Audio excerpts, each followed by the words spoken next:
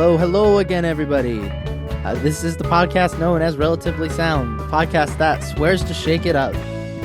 On today's episode, we will be doing another installment of Album for Album. I'm Rico, by the way. Oh, shit.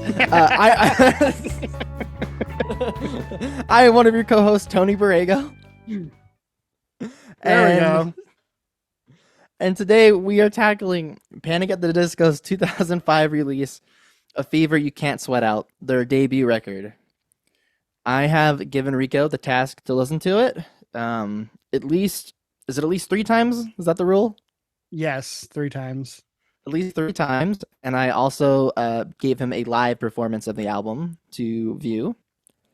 And today we're going to go ahead and discuss his thoughts on it, my thoughts on it, why he's wrong about his thoughts on it, and everything in between. So let me give my backstory with this album. So I was like 4 when this album came out, but for some reason, one of my first memories that I remember is like having this big boombox, and I remember having the CD and listening to it, and I specifically remember liking track number 5 a lot, and like the boombox would just say like 1, 2, 5. And yeah, it's kind of an album that like I forget about all the time. And, of course, I remember watching I Write Sins Not Tragedies on VH1, the music video. And every few years, I will be obsessed with this album. I'll listen to it for like a month straight or a couple weeks straight, and then I kind of just get over it. But I had one of those surges recently, and I was like, wow, this album's fantastic. Rico needs to hear it. I mean, I know he probably has, but I really want to get into the nitty gritty. Yes, this is probably an album out of all the albums we've given each other. This might be the one where I actually had heard every song at least once all the way through. And maybe even some of them more. I mean, obviously some of them more than once, like I Write Sins Not Tragedies. But I remember you getting this CD when we were younger. Like you said, I think it was the music video for I Write Sins Not Tragedies that we'd always see on VH1 when they used to play music videos. And yeah, I remember you getting into them and me not really loving them. I kind of went, I know like many episodes ago when we were talking about Soundgarden, I had mentioned that when I got into Pearl Jam, like you're like, okay, I'm going to get into the other grunge band from Seattle. So you got into Soundgarden. This, I feel like it's like, okay, I got really into the Killers. So you're like, okay, I'm going to get really into Panic at the Disco. And I will be using the Killers as a slight reference today, only because, Really? well, for starters, both bands are from Las Vegas. True. Both bands started in around the same period. A Fever came out in 2005, and Hot Fuss came out in, it's a little embarrassing, I don't know this off the top of my head, 2004. So Okay. a year apart. Both bands have had, especially like nowadays, well, I know Panic at the Disco is not really a band anymore, but like the Killers only have like kind of 2 original members kind of at this point. I mean, all the original members are still there, but most of the time when they perform live nowadays, it's just Brandon Flowers and Ronnie Vannucci. I know Panic at the Disco, like after the second album, a couple of the guys left. And then after, Yeah, I think it also ended up just being singer-drummer. Yeah, and then after a certain point, the drummer left too. So then it was just literally like Brendan Urie. I think vocally, you maybe could kind of compare the two, Brandon Flowers and Brendan Urie. So I'm not going to be using them as a reference for like every song. And my point isn't to compare them.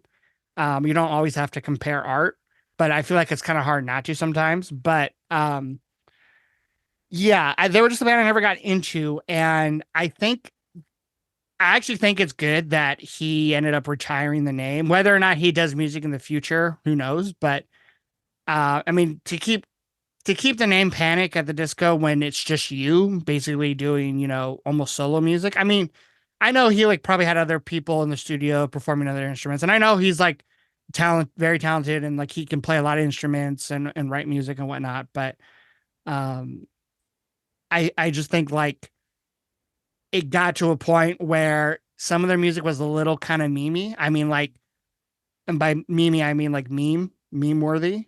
Like I know that High Hope song, like people do not like the song. I do not like that song.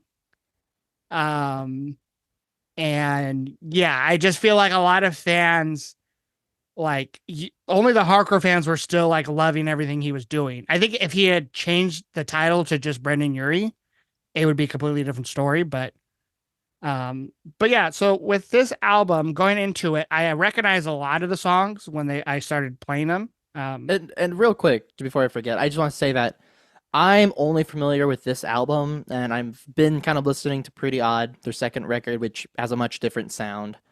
A lot of like more like 60s pop influence. So as far as like comparing this to the rest of their discography, we probably won't talk too much about that. Which is interesting because I don't know if we've had too many album for album episodes where you're really only familiar with one or two of the band's output. Right, right. Which is important. And I do want to point out that I know some of Pretty Odd. I definitely never heard it all the way through, but I know like some of the singles, you know, like 9 in the Afternoon and whatnot. And I know a lot of the lore, and I know that another reason too I want to kind of compare them to the Killers is because I think there's a big change in their sound from album 1 to album 2. And to me, it seems like the hardcore fans prefer album 2 when it comes to kind of both bands. I will say the Killers, like a lot of people, there are some fans that only like Hot Fuss, but I feel like with Panic, a lot of the hardcore fans actually preferred Pretty Odd as opposed I don't to. know. You go on those videos about like with like content from A Fever You Can't Sweat Out, and there are people still crushing over it. Yeah, but I don't think those people ever follow them outside of that album. I don't know. I don't know. It's hard. I They're a think pretty dedicated fan base. I think if you did a poll on their Reddit, I bet you Pretty Odd would be the majority of people's favorite. And hopefully this is the last time we bring up Reddit for this episode. Anyway, yeah, I have not heard that album, but like basing it off of 9 in the Afternoon, it's very interesting how they got from this album to there. Because I'm just gonna come out and say it. I find a lot of this album to be cringe. And in fact, if I can figure out how to do it in the editing, I'm gonna have right here, I'm gonna have a little cringe counter. How many times I say the word cringe throughout this whole episode. But here's the thing. Did I like absolutely hate the album? No, because I do think hate's a strong word, and I only like to use it for like truly awful music. And like I would say I hate like High Hopes, or I hate anything I've heard of them past Pretty Odd. But like I don't hate 9 in the Afternoon. And I don't hate some of the other songs I've heard from Pretty Odd. And I don't hate, there's a couple songs on this album that I appreciated. But my issue with this album is just like they went so heavy for a specific sound that it's not that I don't think they pulled it off. I just think it's like very of its time. And I just think my overall take from this album is I think they tried too hard. They were a little too ambitious for a debut album. I almost feel like this should have been the sophomore album, if that makes sense. Really? Really? Yeah, because like, okay, the difference too with like Hot Fuss and this album is like Hot Fuss to me isn't trying to be like a specific album. It's just like, here's our debut. Well, isn't it? I mean, weren't they trying to do something quite like the Strokes were doing? I don't know that much about the Strokes, but like, wasn't that kind of one of their like, kind of goals? Or, I mean, I think they were influenced by the Strokes, but I don't think they were like following them too. Like, I think they were as influenced with the Strokes as they were with like Pet Shop Boys and David Bowie. Okay. But like Hot Fuss isn't. No one would ever say it's even close to a concept album. Where I do think some people could make an argument that this album is a bit of a concept album. I don't think it is, but it's got a lot of themes to it. concept album I feel like is thrown around a little more Yeah. often than it should, but there's a lot of theming in this album that I think they pull off well. I don't know. Like, I like bands who try things like that. I just think like for debut, it's pretty ballsy. I'll say that. And maybe that alone is worth a mention. But like there's just some moments where like I don't know, like okay, if you're just looking at the album from almost just like An aerial view. yeah, like first of all the songs for the most part have long ass titles. You have the only difference between martyrdom and suicide is press coverage. That's a whole song title. You have London Beckon songs about money written by machines. You have lying is the most fun a girl can have without taking her clothes off. You have there's a good reason these tables are numbered, honey. You just haven't thought of it yet. I mean, there's a goddamn comma in that title because it's almost a run-off sentence if there isn't. Like, and you know, if you're just judging a book by its cover, which I know you're not supposed to do, but everyone does it anyway, like that already to me was like cringe number one. It was just like these titles. I'm not gonna judge. I almost never judge album covers unless they're atrocious, and I don't think this one is. I actually think this album cover somewhat fits the album. The fact that you have like what looks like to be like a Renaissance painting with like these magazine like um punched out like models and stuff on the cover, like And it the actually legs are like mismatched to the upper portion of them, like the busts and the legs. yeah, it's like a ransom note kind of like that. I think actually kind of fits the theme of the album. But like the titles, man, like again, that's not something that should take away from the quality of the music, and I'm not letting it. But like I already was like, wow, this is, you know, and I always remember that was like the one thing I remembered about this album was like, oh, it's the band that writes songs where the titles are never once said in the song, and that for sure is a fact. He never once says any of the titles in the name of the song. But in the demo of Time to Dance, they do say Time to Dance, and that Okay, wow, is cringe. Really? Okay. Yeah, the way it's said is like so of its time. Like, I've never heard the demo of any of these songs. So, yeah, so that alone already was something I didn't love for this album. Um, the introduction part, I mean, it's 30 seconds of like nothingness.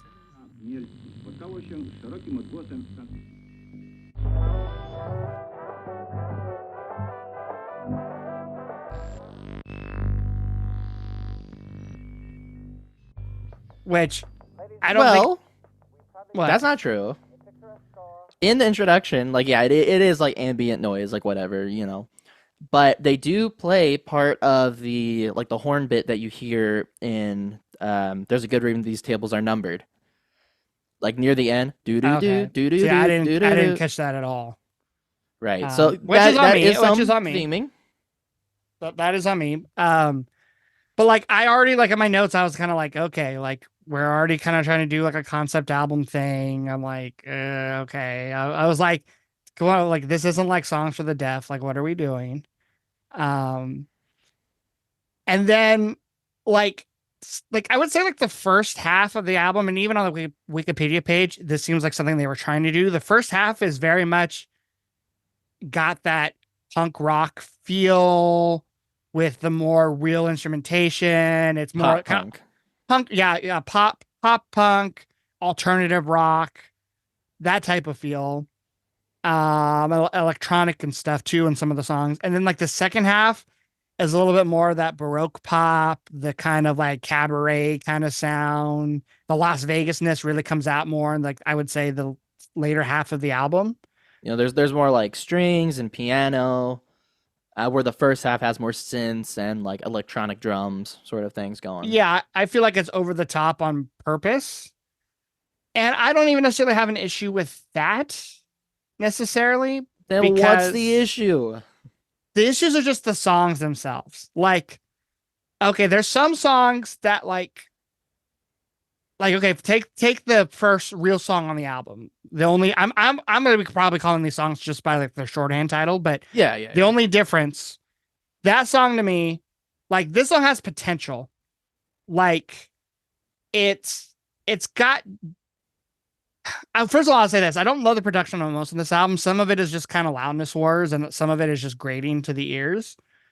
But like, you have a little acoustic guitar mixed in with like, electric guitar and bass. My problem is like right away, I do not like Brendan Urie's voice. I just do not like him as a vocalist.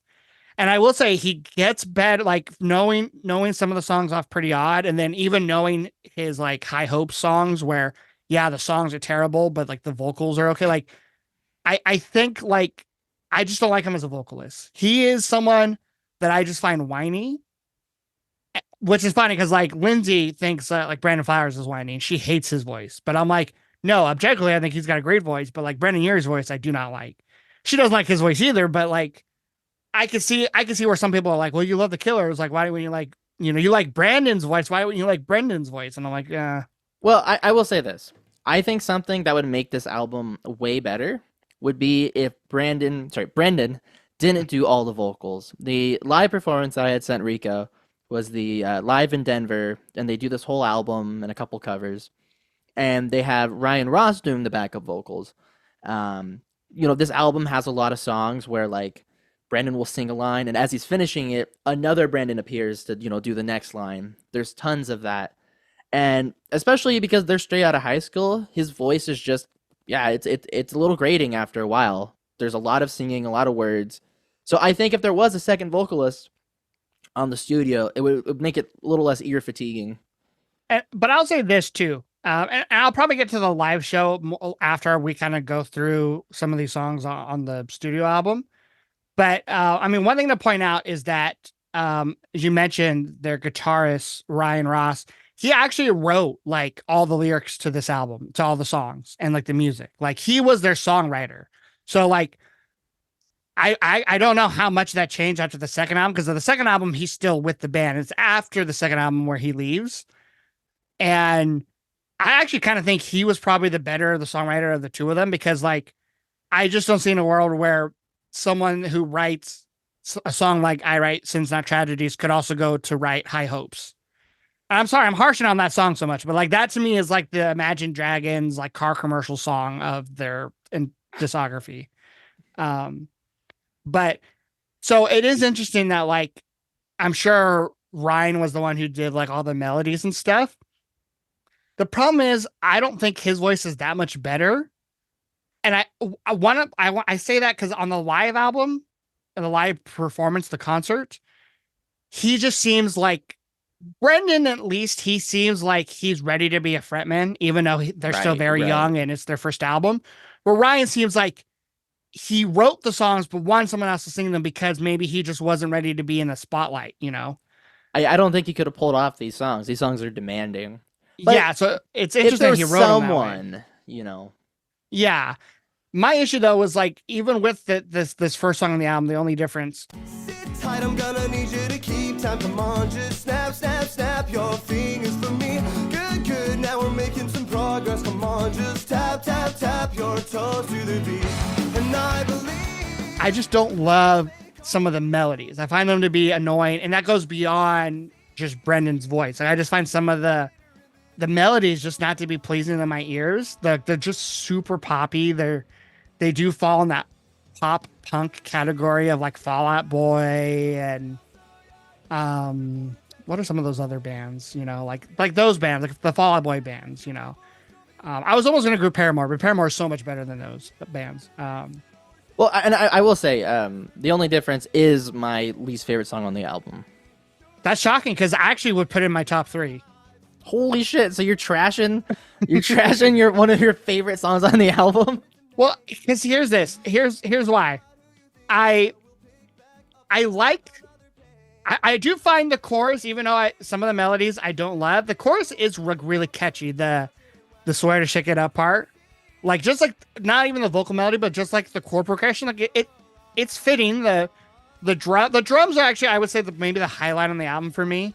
Like even when they're not doing something super busy, like even in this song where it's kind of just straightforward rock, like it's always moved the song along quite nicely. And then like, so lyrically we get a little weird because like This song, the title, and actually some of the lyrics of some of the other songs were inspired by a novelist named Chuck. I don't even know how you go to pronounce his last name. Palahniuk. Basically, he's the guy who wrote Fight Club, which ended up becoming a huge movie in the 90s. The band, or Ryan, maybe not the whole band, but Ryan, he was really into this author. And like that title of this first song comes from one of his books called Survivor. And there's other songs too that I'll get to when we get to them where it's specific references to this author's books. Which I did start listening to one of the books. Oh, you're an audiobook guy. Well, I'm at work, and listening to 8 hours of music is kind of a lot sometimes.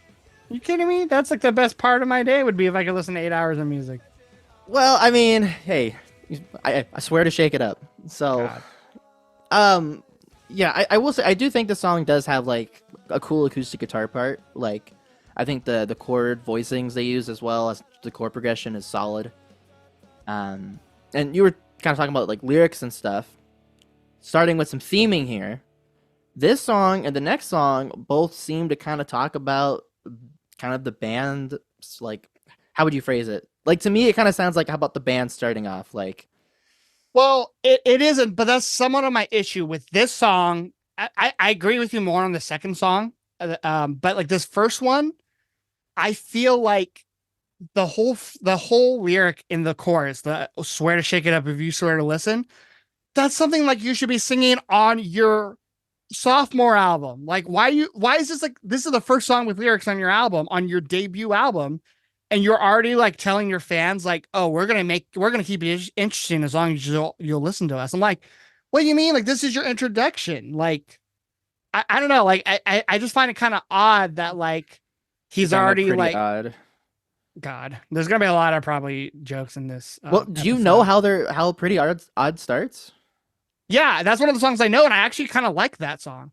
Yeah, that song is pretty good. That song is actually probably my favorite Panic at the Disco song out of the songs that I've listened to. Really, We're So Starving. Okay. Yeah, because that's more tongue in cheek. Like that's them saying like, oh yeah, we know it's been a long time since our debut, and like the title, like We're So Starving. Like it's almost like they were about to do the debut album thing where they name songs after lyrics that are not in the song. But then the follow-up song on that album is 9 in the Afternoon, where he's singing that 20 times in the chorus. Like, right, right. But I don't find it as tongue-in-cheek here. Like, I think that's what it's supposed to be. But like the whole first verse where he's like, sit down, like telling someone to keep time with their fingers, like we're making progress. And then like in the pre-chorus is like, this may call for a proper introduction. I'm the narrator. This is the prologue. I'm like, I don't know. I think it's like a little too on the nose for me. And then I don't know, the chorus lyrically is a little bit of a mess where he's like, talking about trophy wives and trophy boys. And I'm like, I get some of the connections he's making, but and like in the second verse where he's like, applause, dear studio audience, I have an announcement to make. The artists these days are not who you think. Like, I'm like, you can't be making these like social conversations when this is your like debut album, and I think this was even their first single. Am I not correct in that? Oh, really? Yeah, it predates single wise. It predates I Write Sins. Oh, I didn't know that. By a couple months. So, like, I don't know. I think it's just a weird introduction song, and like not every like I don't know. It's just too on the nose. Like, and I will say to me, like part of why this is my least favorite is because I think this is objectively cringe. Like, I feel like something can be of its time. But something can also be cringe, like as its own thing. And I think this is cringe, especially the bridge section where the dance beat is just obnoxious. And here's the problem. I think that bridge is terrible. I agree with you. That's the worst part of the song and worst part of the album. But like the next song, London Beckoned.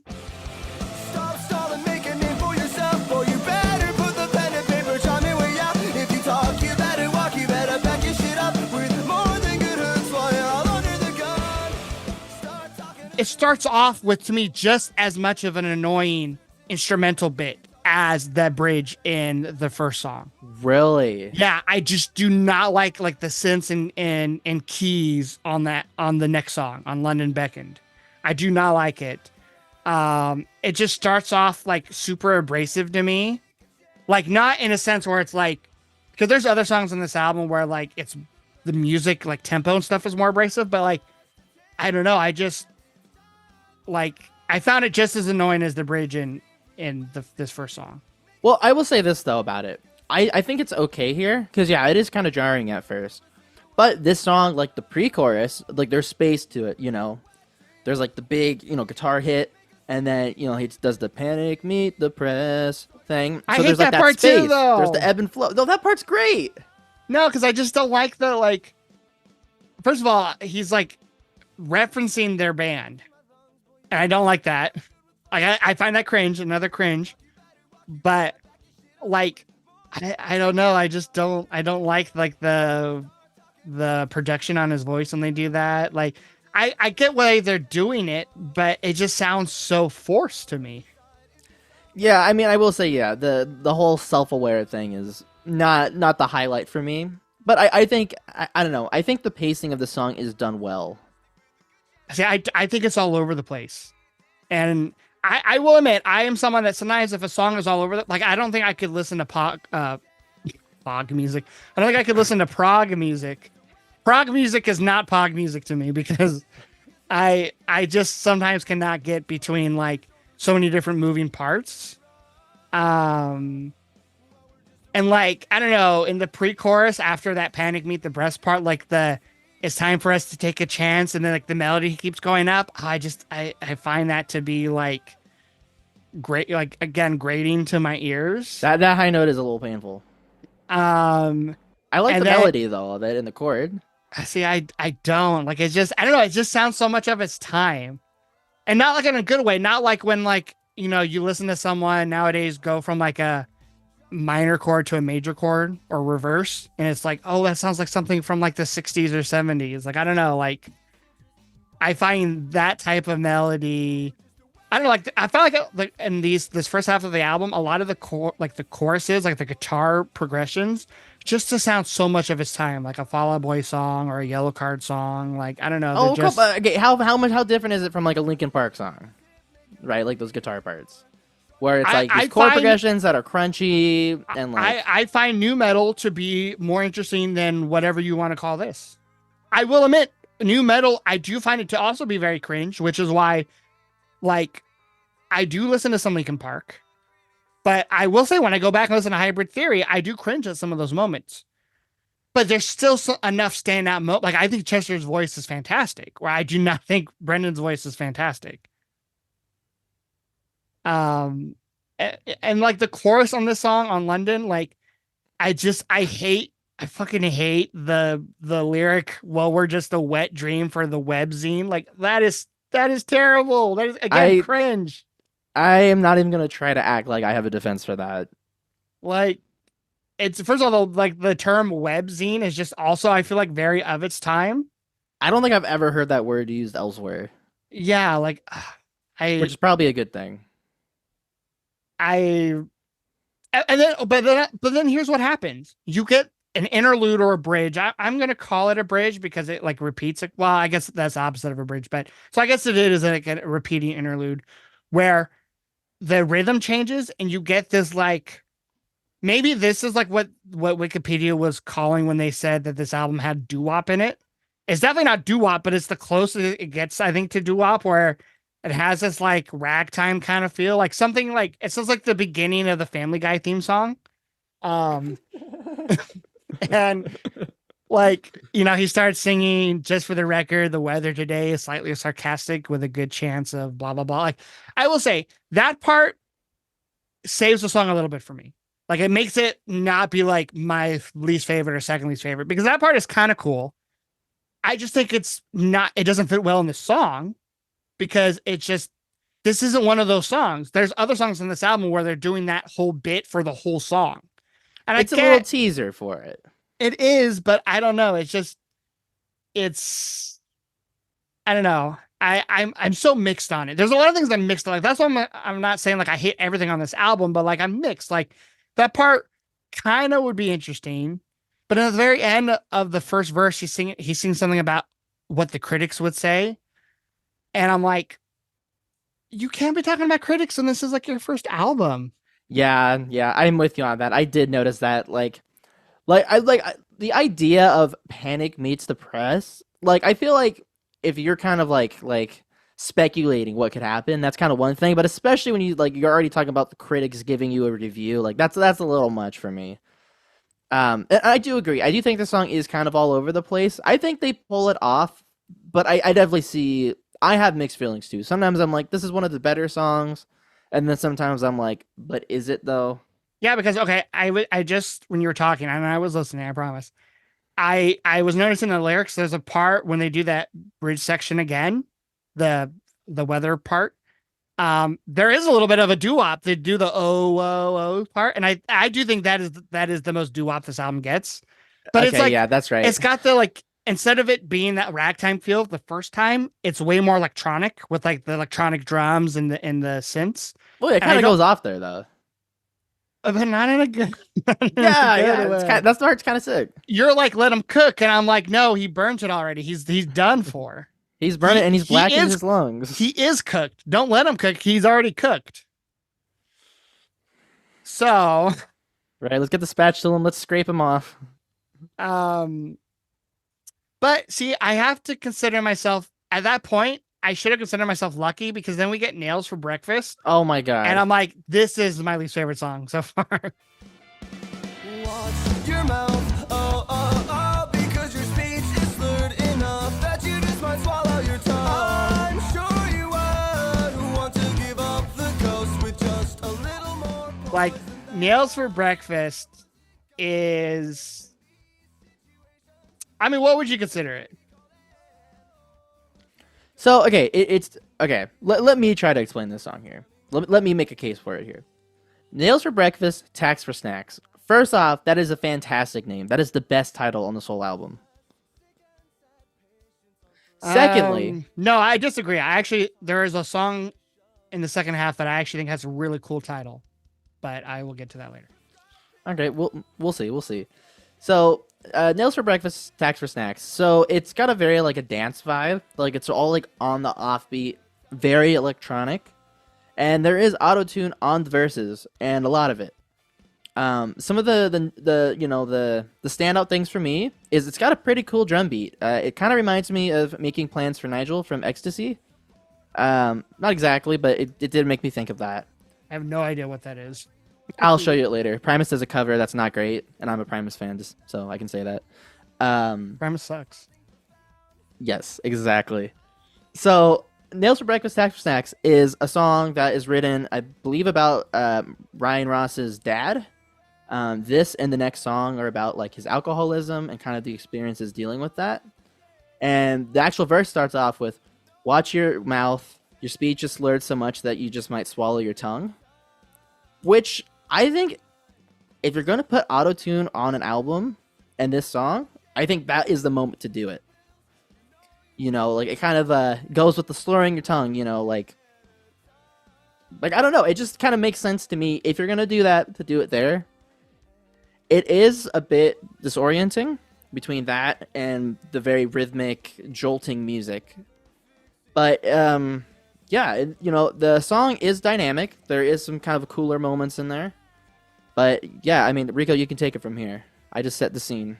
Well, I will say this to our hardcore Panic at the Disco fans who are listening to this. I will admit I confused the intros for this song and the last song. I meant to say that the last song was the abrasive beginning song. This is the one that starts off with all like the keyboard. So if you were listening like 3 minutes ago and were confused when I said that, it's because I mixed up the songs, just the intros. The London Beacon song, that one to me the intro is too abrasive. It's like too compressed and all that. This You is did a song, mention that, but yeah, yeah. the synths are for Nails for Breakfast. Yeah, the sense, all that I was talking about for the last song, I meant for this song, for Nails for Breakfast. I don't like the tone of his vocals. I think the autotune is terrible. I hate it when anyone does autotune. It's not just like Brandon Flowers has this really dumb autotune part in his song Lucky Town, which is actually a really great pop song, other than that part where for like 2 seconds he goes autotune. I don't like it.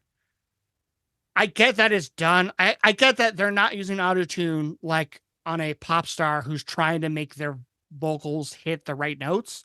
It's almost like when T-Pain does it. Like T-Pain's a fantastic singer. He doesn't need it. He did it because at that time that was the thing to do. So Right. I get it. It's done intentionally, but I just don't like the way it sounds. I think in the second verse or maybe the first verse, whatever the lyric where he sings stutter and then he stutters the lyric, I The stutter. don't like that. And to be fair, I don't really like it when Billy Joel does it in Heart Attack, when he says heart attack and Heart moving attack, out. Yeah. But at least, like, I don't know. I guess they're done in similar ways. And it should be said that I think Brendan Urie is a big fan of Billy Joel because he covered when Billy Joel did like the Kennedy Awards. Brendan Urie covered what's the first song off 52nd Street? Big Shot. Big Shot. Yeah, he covered Big Shot. Really, I'll have to go check that out. Yeah. He picked a good one too. I was gonna say if he picked "We Didn't Start the Fire," that probably says a lot more about Brendan. No, don't worry. Fall Out Boy did that already. The band that signed Panic. So. Well, and I should mention this too because I know if I don't mention it now, I'm gonna forget it. Next week we're gonna be talking about my pick for Tony, which is Young the Giant's third album, Home of the Strange. Both bands and both albums were released on the same record label, Fueled by Ramen. That's what the record label's called? Yeah, you never heard of that record, Fueled by Ramen? No. Now, Young the Giant isn't on Fueled by Ramen anymore, and I think Panic was maybe on it for the entire run. I don't know, but that wasn't the only reason I picked Young the Giant. I picked Young the Giant because they were kind of a band that we haven't talked about too much. Sometimes dabble in like pop and indie and stuff, so I thought it'd be a good comparison. But yeah, I do not like the bleeps and bloops in the bridge of Nails for Breakfast or the third verse. The bleeps and bloops. But see, if they would have kept with that quieter and more stripped back outro, and I'm going to get to this. I'll just get to this now.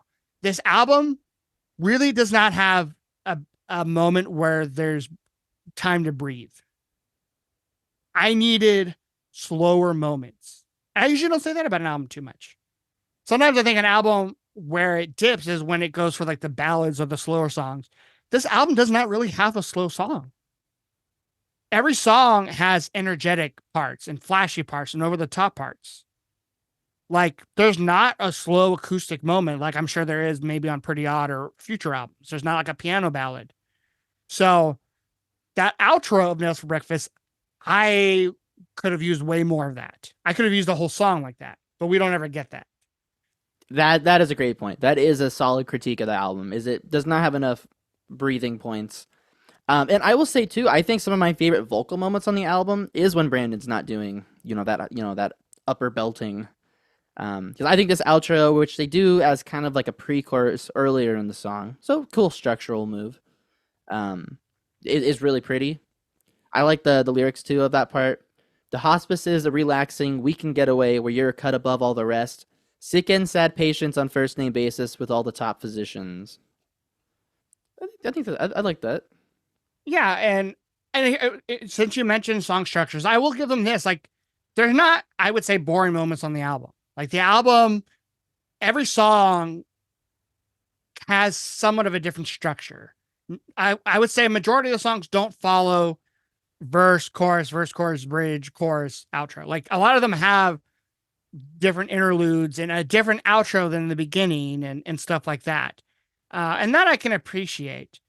But I will say the one song that doesn't do that doesn't have as many moving parts, is the next song. How do you pronounce it? Camisado? Camisado? Pretty sure. Can't take the kid from the fight, take the fight from the kid. Sit back, relax again. Can't take the kid from the fight, take the fight from the kid. Just sit back.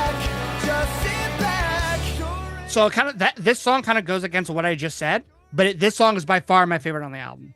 Yeah, it is the best. Like this is the one song that I'm sorry, I'm not going to be going back to this album. Was what, number 5? Number 5, the one on my boombox that I liked. Oh yeah. I thought you said Mambo number 5 for a second. A little bit of Monica in my life. Yeah, no, this song, like, first of all, it starts off with some cool electric keyboard. It has an interesting, just the keyboard part has got interesting like progression. His vocals are like, they're reined in, and you kind of get some more textures, I feel like, than when he's just doing his belting. Now, I will say this, when they go right into the verse, you kind of go back into him shouting and the music being abrasive, and it's still super over compressed, but I do like the melodies more of what he's singing. The song just has a more serious undertone, and that's because, like you mentioned, this song is about the guitarist Ryan's father, who was an alcoholic, and this song just lyrically too has lyrics that just hit harder because they don't sound like they're trying to be funny or, trying to be silly. Clever.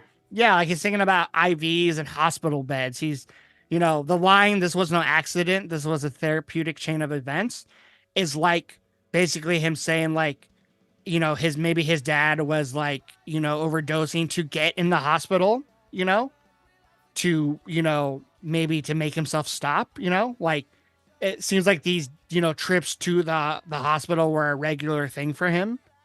Like it goes a little bit into the what Sarah said territory of like talking about a hospital in the verses, which maybe made you appreciate that song more because you liked this song so much already.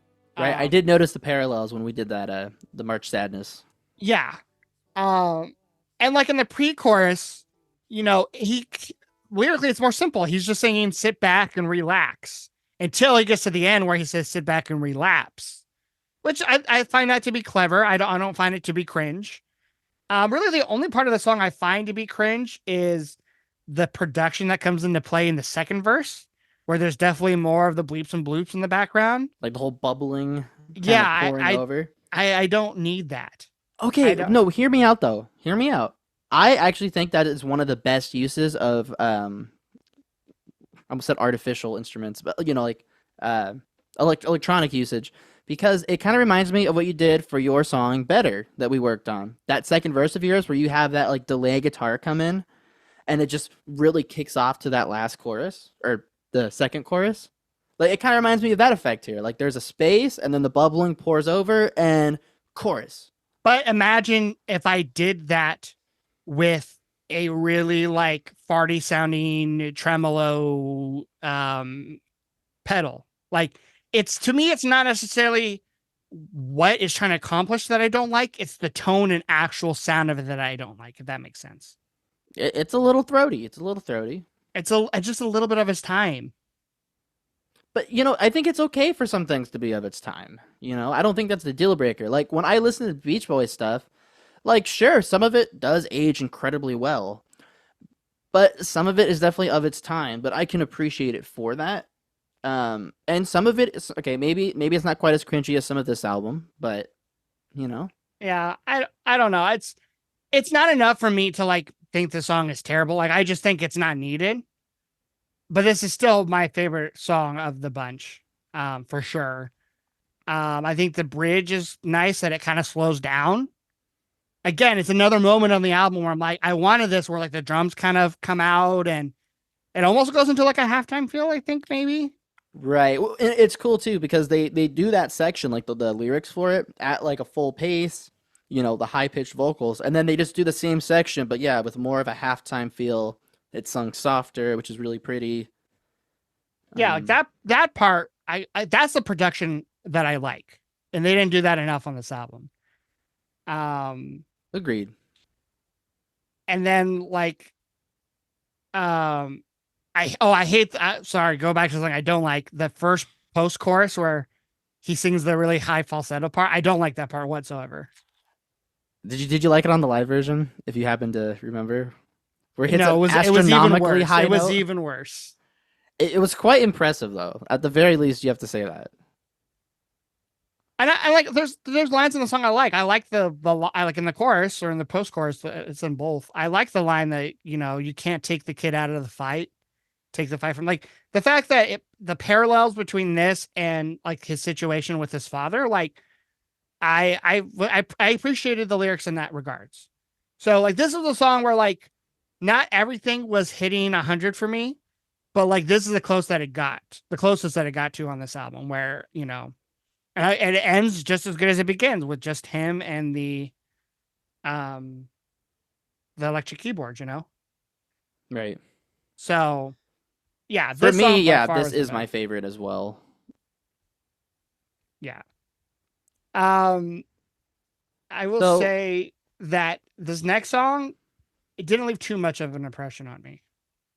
really, and I believe this is the band's first song. I believe I read that. Yeah, I think I wrote that in my notes too. I just feel like with Time to Dance, which is the next song, Who else is not bleeding on the ballroom floor just for the attention? 'Cause that's just ridiculous. it felt like it was trying to copy the last song too much. To me, it's just like a worse version of the song we just heard, Really, which makes you think I would like it more because it's more in the style that I think is fitting for the band, which is the more aggressive rock. Because that's the thing with the last song. There are times where his vocals, like where he's like the sit back, like that. I felt convinced. I'm not convinced with some of his other vocal work. And on Time to Dance, like I don't know. I just don't like the whole call and response with the, when I say shotgun, you say wedding, shotgun yeah, wedding. that's cringe. Yeah, that's cringe. Even the way the song begins with the she's not bleeding on the ballroom floor, I'm like, okay, you're talking about bleeding again. In the last song, you were talking about hospitals, like, but now we're bringing back the ballroom aspect of this album again. Well, okay, I will say Fashion magazines, like this one is definitely inspired by the audiobook that I started listening to, The Invisible Monsters.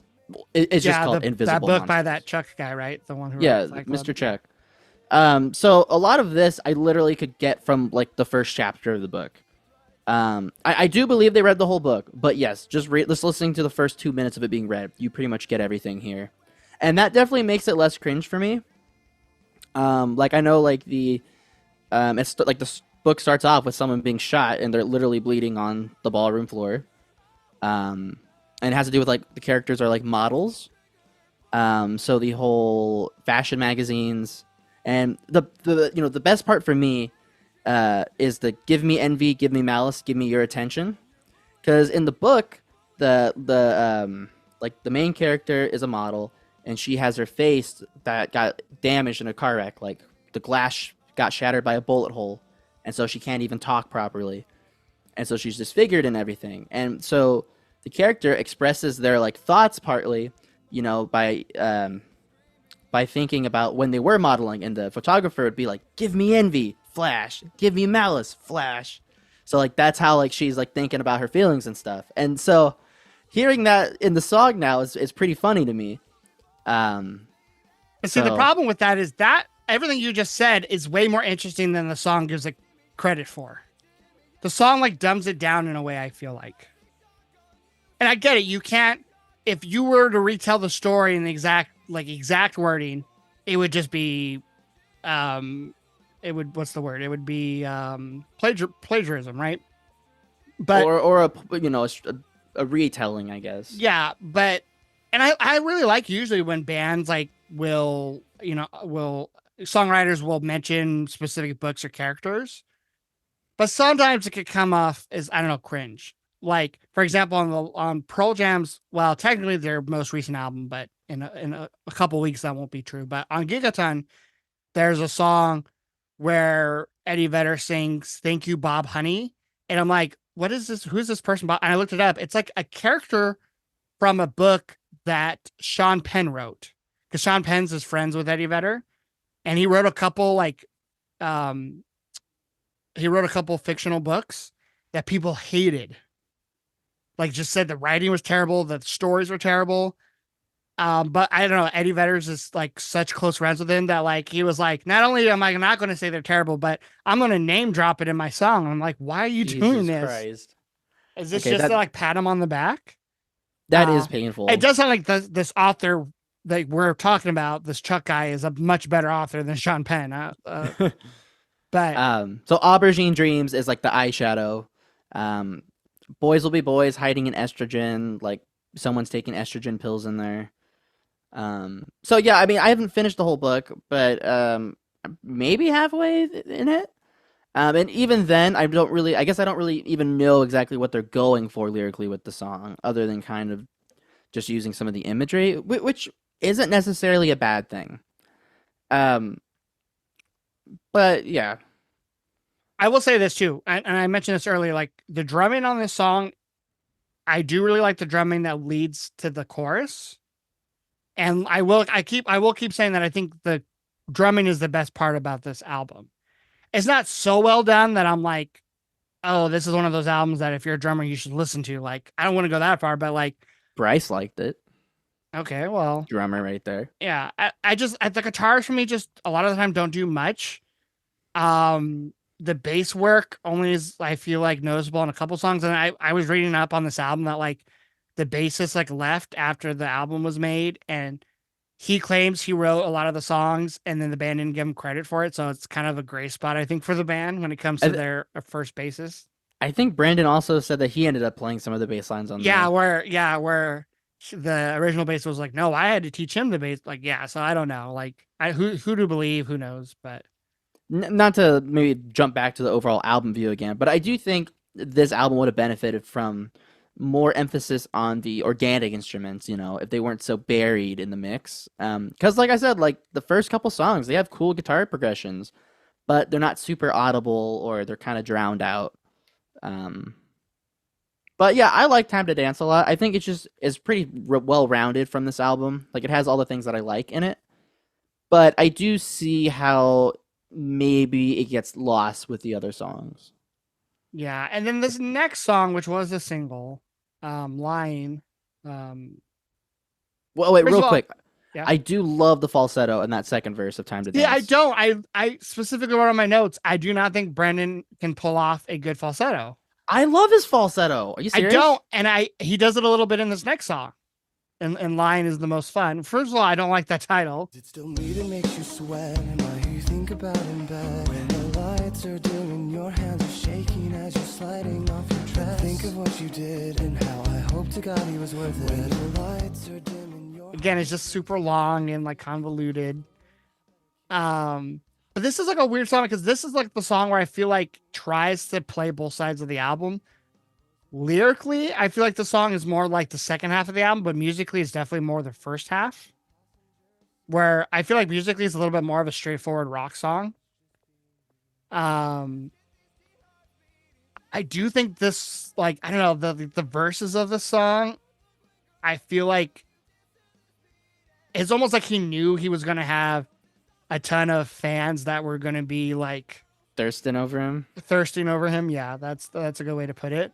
So like, when he's like talking about like them taking off their clothes and stuff and sweating, I'm just like, no, like I just have no interest in that. Dropping the F-bomb just kind of, I don't know, seems out of place to me. See, I don't think it does. I did at first, but when you read the lyrics and like it's about like Ryan's breakup or something like that, like it I think it fits, Well, and this is like the first of a couple songs on this second half that I feel like are about like cheating, which I don't know, like I just feel like gets a little tiresome after a while. Because I definitely think this song and It's Better If You Do kind of, I feel like, have similar lyrics a little bit. Right. Then I think it is kind of cool that they're skipping the intermission. They're next to each other because it's like lying is the most fun a girl can have without taking off her clothes, but it's better if you do. It's kind of like listed like that. Oh, that never once crossed my mind. Probably not intentional, but I don't know. I kind of connect the dots. I could see how it could be though. But that's kind of my point with like not loving this album is like I feel like they either try too hard or they don't try hard enough. Which I know is like a paradox. Like I know that can't be, true, but I don't know, I just find it like there's nothing about this song that I really love. I don't like the falsetto like in the chorus when he sings like Harlan Quinn Girls, But that line itself is very much, I feel like, the second half of this album where it's almost like he's singing a song that he lyrically wrote like in the 50s or 60s, you know. um I will say the best part about this song is the second verse, where it only happens for like a couple measures, but where like the drums are kind of getting crazy in the back and the production is a little bit like, it's kind of like fuzzy or staticky in the background. I don't know if you know what I'm talking about. Where he says, like, attention back to us, cameraman, swing the focus. No, before hold on, I have the lyrics out. Because that's like right before the well, that's like beginning of the second verse. It's like a transition to it. No. Yeah, but specifically the first two lines where he sings, "So I guess we're back to us." Yeah, I guess the part you're talking about. Yeah, that little bit right before he does the really, really cringy, "Let's pick it up, pick it up." Yeah, like that part beforehand, I do like. The production is cool. Like, again, another moment where I wish the production was more like that, because it is a little bit heavier sounding. It's a little bit, but then it just goes right back into like the normal verse, and then I'm kind of just like bored again. See, I do like the verse though, because I think he sings it different than the rest of the album. It's kind of breathy. It's slower down. I do like the synth sound, the dun, dun, like the single notes. I think it just has a cool tone to it. I will say this, yeah, kind of once you get to like where, like I couldn't even tell you off the top of my head if there's a bridge. Like by the end of the song, I do get kind of bored of it. Especially because all the other songs are pretty exciting structurally. But I do think the verse is really good on this one, and it's not a bad chorus. But yeah, lyrically, it is cringier in sections. Yeah, I don't know. I definitely like it better Mixed than feelings. I definitely like it better than songs like London, or definitely Nails for Breakfast. But I do like it less than Kamisato, or even less than The Only Difference. What Which I about know Time to Dance? these songs they're almost like kind of neck and neck to me. Neck and like neck, I kind of okay. feel the same about them. Then we get the intermission, which I hate. I mean, I don't think that should surprise you. Half of the intermission is this like techno club dance beat.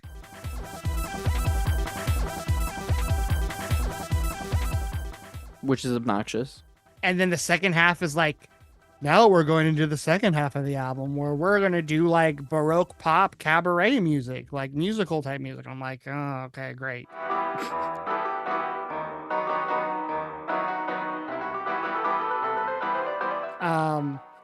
And then like you get that on the next song, but it's better if you do. And lime, daiquiri. And it's in this exactly where you like me. I'm exactly where you like me, you know. One of the more like decent titles. But then like lyrically, I just feel like, okay, this song is like cheating, but now through the perspective of the guy. Well, first of all, actually going back to Lying really quick, I have to say I do not love the lyric, let's get these teen hearts beating faster and faster. Because one, that just I know the people in the song routines because he probably wrote it in that relationship when he probably was a teen. Well, I mean, yeah, this album was released, I think, probably when they were like 18 or 19. But it just, to me, that song, it would only get creepier the older they got still performing it. Like the Beach Boys? Again, like what? Like all the Beach Boys songs? Oh, yeah. And again, that teen heart beats line, I feel like is also like almost them playing up to these thirst heavy fans that you're talking about. Like, right. But then like the first line and, but it's better if you do starts off with, now I'm of consenting age. And I'm like, nope. Let's abandon ship. Let's not do this. Okay. Okay. Two things real quick to backtrack the line as well.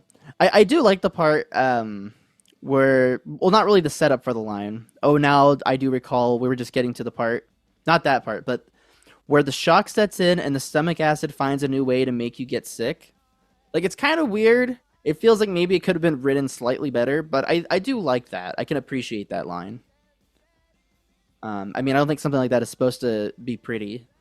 But yes, but it's better if you do. I mean, I don't think it's about cheating. I think it's more so like from what they described in like the interview, that it's like probably like the aftermath of lying, like being cheated on. And so he says, Now I'm of consenting I mean, age it's to definitely be about forgetting you. Yeah, I mean, cheating is an element of the song, but I get what you're saying. Like, it's not about the cheating part. It's because there's definitely a line where he says like, "Wasn't it worth it?" or something, right? Or is that in another song? That's Isn't in that lying.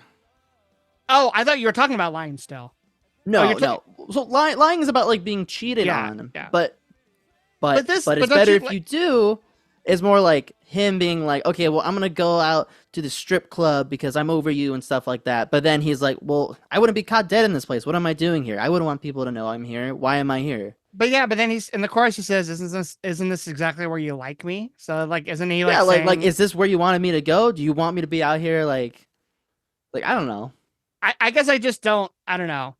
Like at this point of the album, like with these two songs, I just feel like I'm going into someone's relationship too much more than I would want to.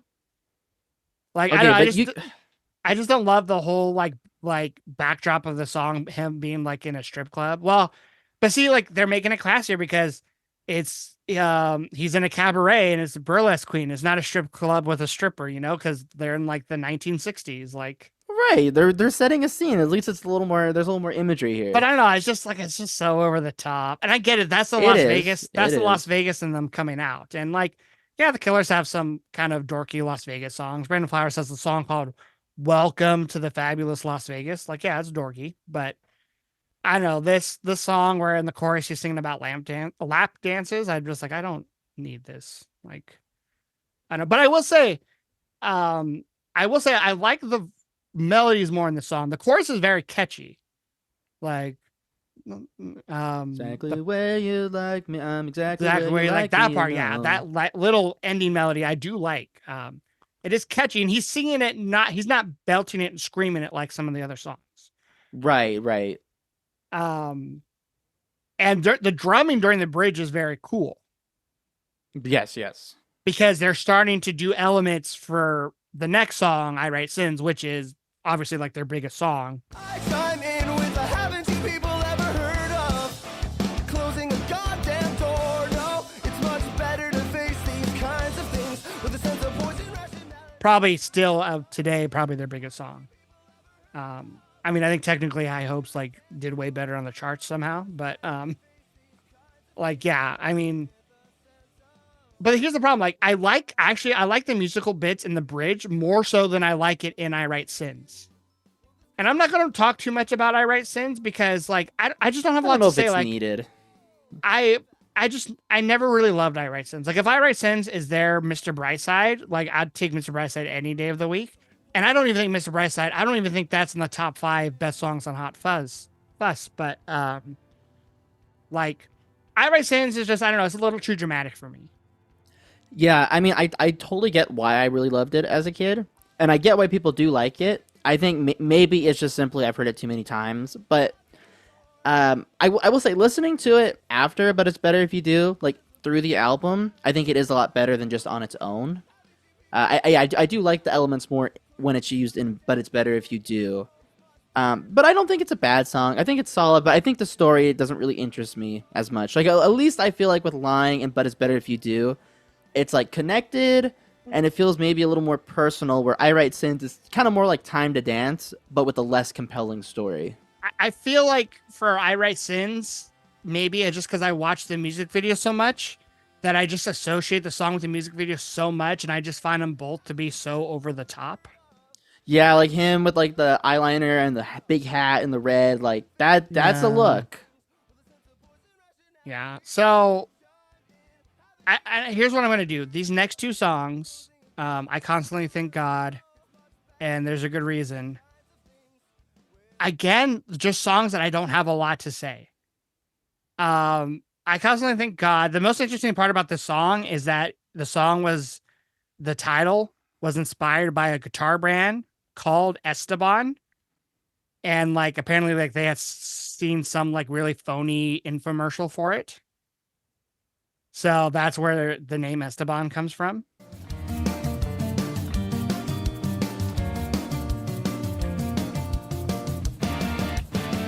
Give us this day our daily dose of But like this, like even right now, like I have to go right now on Spotify and like play a clip of it to remember it. And I'm like, okay, this is the song where it's like the fast drums and like the bass. Like the one time in the album where like the bass is like audible. And like that part's kind of cool. And I was like the little like descending arpeggios and the guitar was kind of cool. Yeah, the instrumentation's pretty great on that song. But like I don't know, the whole like swing aspect of the song, it's just with this song and like, but it's better if you do and Swing aspect. Like I not swinging like the musical sense, but like just that like Las Vegas kind of sound. Like I don't know, I still feel like with this song and the next couple, they're trying to hit this like motif of like this is like Great Gatsby music, but if it was played by a punk like a pop punk band. And I just don't dig that. I don't dig those themes. I don't dig that style. Lyrically the song is kind of about like religion and liars again, which I feel like Hypocrisy. he kind of sang up a little bit in the earlier parts of the album. I think his vocals are way too over the top in the bridge. Just say where I can see you, dash the lights. Yeah, I think so. I actually don't mind that bit there. I think for me, so this used to be one of my favorites, and I think that's because I think the instrumentation is audible and cool.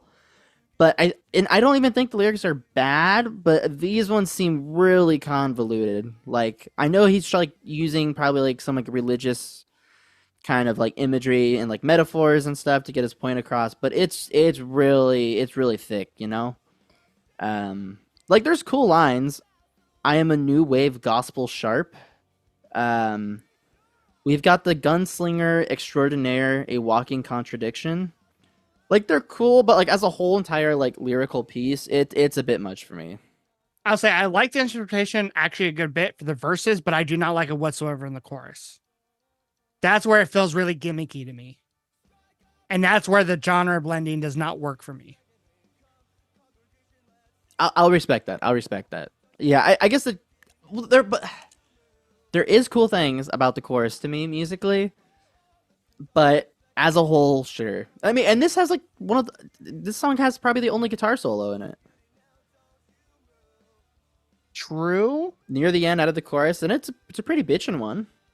But I don't know. It's like when the song ended, I was like, can we actually end on like a ballad? Like you would almost never hear me say that, but for this album, I'm like, can we end on a slow song? So then when you get to the next song, when you get to the worst titled song, which is "There's a Good Reason These Tables Are Numbered, Honey. You just haven't thought of it yet." Please leave all overcoats, canes, and top hats with the doorman. From that moment, you'll be out of place. This is probably the most gimmicky sounding song. Yes, but which I don't think makes it the worst, but it is by far the most gimmicky sounding.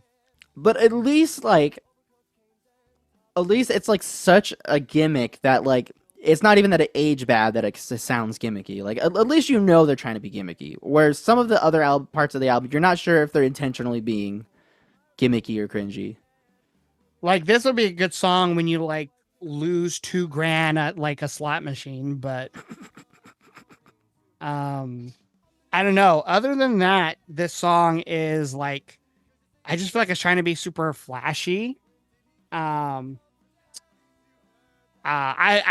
song does make me believe that this band is the new Cancer, though. I will admit that. These jokes write themselves. Well, that is a pretty good joke. I'm not going to lie about that. But I will say, this was also another early favorite of mine because the instrumentation is flashy and it's convincingly flashy. Like, it's good. Lyrically, it is one of the more interesting songs as it seems to talk about someone who's like showing up to some event. I mean, I don't know. This whole last half of the album takes place in some fancy time. And he's like outdoing everyone. They're dressed up better than everyone else.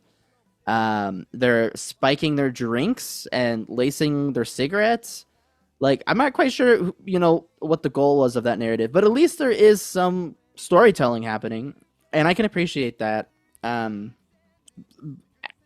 it's hard to say which song in the album's the wordiest, but I think this would be the one. But I will say a lot of these wordy lines are memorable. When you're in black slacks with accentuating off-white pinstripes. And then my highlight for me is the second verse, where he says, "Talk to the mirror, oh choke back tears, and keep telling yourself that I'm a diva." Like that's sick. That's a highlight lyrically for me. The first lyric you mentioned sounds like it should be from Mr. Popper's Penguins. And then like the second lyric sounds like it could be a modern day lyric about Kanye West. Like I don't know. I don't buy either line. Well, I don't know. It's like I don't know. I feel like these lyrics at least have a little more, I don't want to say more purpose to them. They don't like annoy me as some of the other lyrics on the album, but they don't I don't know, they don't do anything for me. They don't make me appreciate the song more. The only thing that makes me appreciate this song more is the horns.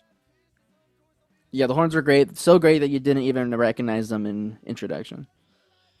Yeah, that's true.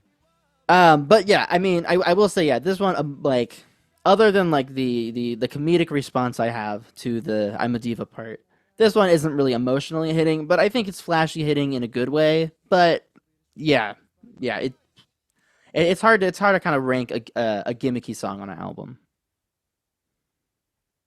Then we get the final song, which I think actually has the best song title, which is Build God, Then We'll Talk. It's these substandard motels on the line, corner of 4th and Fremont, straight appealing only cause they're just that. I was actually really it's a good one. I was really excited for the song because with that title, I was thinking we were going to get some like more introspective, slower song. Like I didn't think it was going to be about religion, but I don't know. Like I just from that title made me think it was going to be more serious, maybe more somber, maybe more about, because none of these lyrics, except for like okay, let me rephrase that because I was about to say something that is not true. Besides the 2 songs about his father and the 2 songs about his relationship, the rest of the songs just seem either like made up stories or them introducing themselves as a band, which to me is cringe, right? Or lyrics to fit like a Las Vegas theme, which is a little cringe too. So I thought with this song, just based off the title, we would get something different. And I thought we'd get something slower. And it kind of starts off a little bit moodier. It's still very theatrical, like with the la la la part at the end of the first line. But I don't know. I thought we were going to get something more interesting. So I was really disappointed when the song ended. And I'm like, the song was not as interesting as I thought. When the most interesting part of the song is that it interpolates my favorite things from Sound of Music. Unfortunately, I just don't find that interesting enough. And I'll get a lot of flack for that. I'm just not into that movie or that song. A lot of people are. Props to them. But I was wanting the song to be something more than what it was. I mean, it's not at all what I was hoping it was going to be. So I already was left a little disappointed. And again, there's times, and again, maybe I'll just say this as like a closing thing for the whole album. There's times where like there's like kind of like the cello break and there's the strings and stuff where like, you know, assuming that like Ryan or someone else in the band wrote those parts, it is impressive. This band is doing a lot of impressive things. They just like, they don't end up being a product that I enjoy. And I can see why a lot of people like this album. It's just not for me. And I think they're more talented than how this album ended up sounding. And a lot of that I think has to do with the producer, whoever produced this, just did not do a great job. But I think they were too early in their career to do something like this. You know, I'm not upset with any of those statements right there. I think that is very solid and valid. And I would say it would be interesting to hear this album if it was recorded, like a few years later in their career. You know, the songwriting is definitely a product of their age, their ambitions. And I think sometimes that's for the good, sometimes for the worst, better or worse. But I do think that this song as a closer is pretty fitting. It, you know, I guess kind of like my brief, loose interpretation is kind of like, I mean, it starts off describing like pretty much like a dirty motel that people will go to, people that, you know, may have bad relationships, sex workers, like that sort of thing. And yeah, I mean, like, I guess like, I mean, I think I was reading that like the second verse was supposed to kind of be like someone like a prostitute was like, what is it? Is it entrapment? Is that what it is? Like when you set someone up to get arrested? Yeah, entrapment. Yeah, it sounds like that was kind of like the idea for the second verse. But you know, and some of the lines were, what is it? Raindrops and roses and girls in white dresses. It's sleeping with roaches and taking best guesses at the shade of the sheets and before all the stains and a few more of your least favorite things. So there's the Sound of Music little nod there. So I don't know. I do appreciate that this song kind of talks about those people and maybe those unfortunate situations, kind of all being able to get together at a motel and like I don't know, have that sort of common ground. Like I don't know. Like I feel like sometimes this album they have ideas for the lyrics, but they don't quite deliver it all the way. But I mean, they get the themes across. I think well. Yeah, I don't know. As you can see, me struggling to try to say what the song was about, but the vibe's there. The end of the day, it's just not for me. Like I said, I can understand why. Like it's not like one of those albums where I listen to it and I go, "What are people liking about this album?" I can see, and I think actually for a lot of times when I listen to music I don't like, I can hear why people would like, even though I maybe even hate it. But it's just none of it hits for me. And again, like the song has a lot of cool aspects where it does build, and it's just like if it didn't do it all the time, it would be more impressive or more pleasing to my ears. But yeah, it's just a lot of the time it's just I don't care for the lyrics. The singing to me a lot of the times is just too whiny, too over the top, too dramatic. I think a lot of it, the production work is just bad. I don't like the way it was engineered. I think a lot of that has to do with the time. I mean, I don't think Hot Fuss is a great produced album, and I think even Sam's Town in Day and Age, I think they're compressed to hell. Well, I think this album, the production is a lot more interesting than Hot Fuss's production. Because at least the production is interesting. Could it have been done better? Definitely. Did it age poorly? Definitely. But at least you could say it's more interesting, but I don't think that means it's better. Or I definitely don't think it's better, and I definitely would not say I like it more than Hot Fuss. Hot Fuss doesn't really stand out in a way where it's like, this is produced fantastic. Definitely nothing like we were talking about a couple weeks ago with Consolers of the Lonely. Like that is like a perfectly produced album. This album I guess would be hard to produce because it's so all over the place and over the top a lot of the time. And I get that's what they were doing, but I almost feel like I don't know. I feel like when they released this album, they were probably like, this is super fresh sounding. But to me, it's just a lot of pastiches from music from a different era, while trying to keep it modern sounding with the bleeps and bloops and the pop punk power chords and stuff, you know? Yeah. I mean, I guess the album was recorded within like a month or something like that, or 3 weeks. I don't know. There was kind of some conflicting info there, I think, but. And if that's true, part of that is impressive because part of it's like, wow, these songs are just not like, you know, verse, chorus songs. So, and some of them have like the last song has accordion and cellos and strings and stuff and piano. So that part's impressive.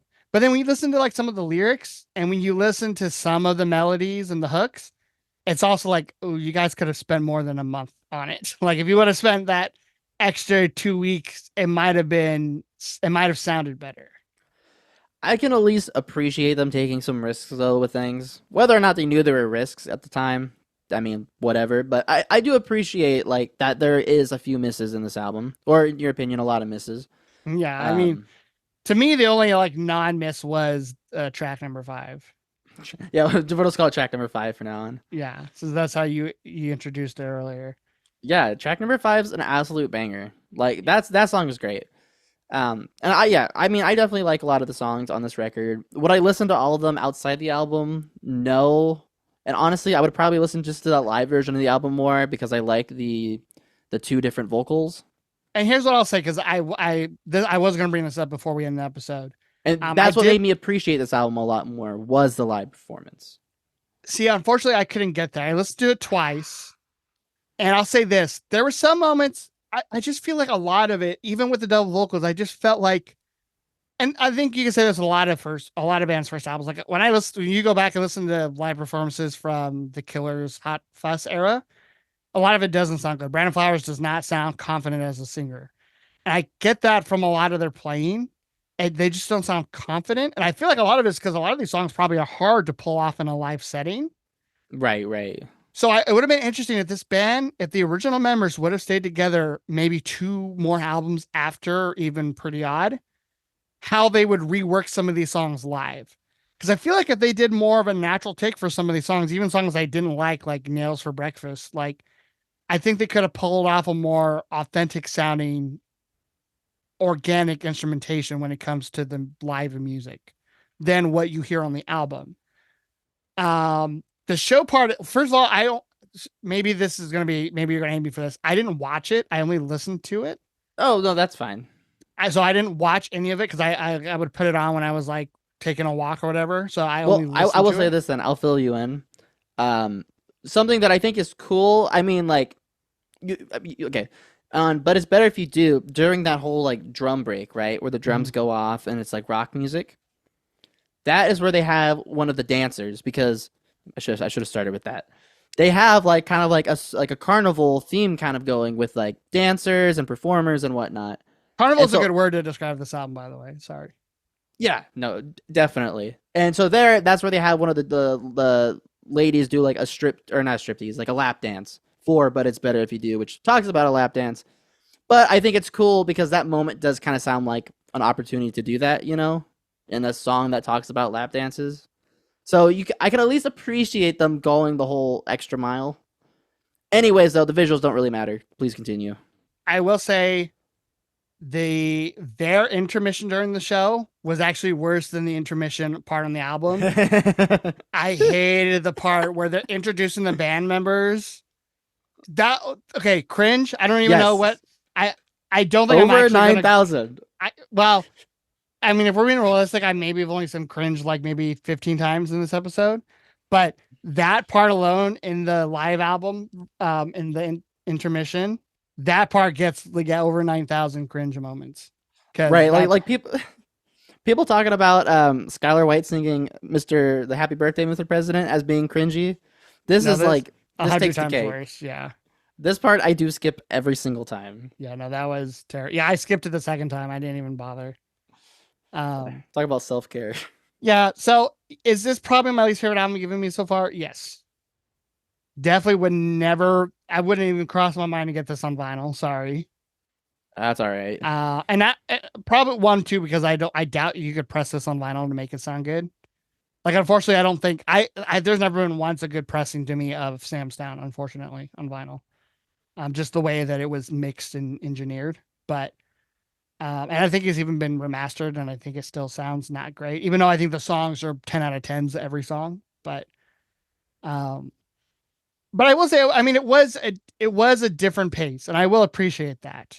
And I see why you would go back to this album. Like, when you're getting tired of listening to the same old, like, Elliott Smith songs or STP songs, even Soundgarden, like, I could see why you, like, want a different color in your palette, you know, like, that I understand.